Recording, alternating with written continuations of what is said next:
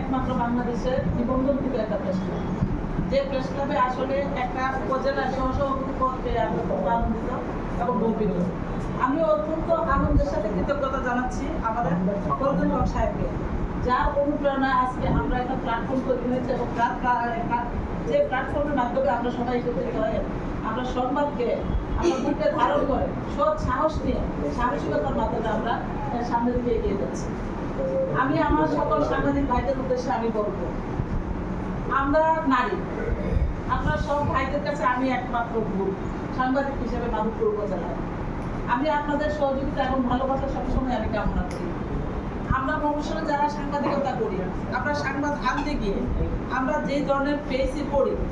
এবং যে ধরনের ফেস আমরা প্রতিকূলতা করি, সেই দিকে আমরা একজন বিপদে পড়লে যেন অন্য সাংবাদিকরা দৌড়ে গিয়ে এক ঝাঁকের মতো গিয়ে হাজির হয়, আমি সেই মন্ত্রী সবার কাছ থেকে আসলে আশা করি।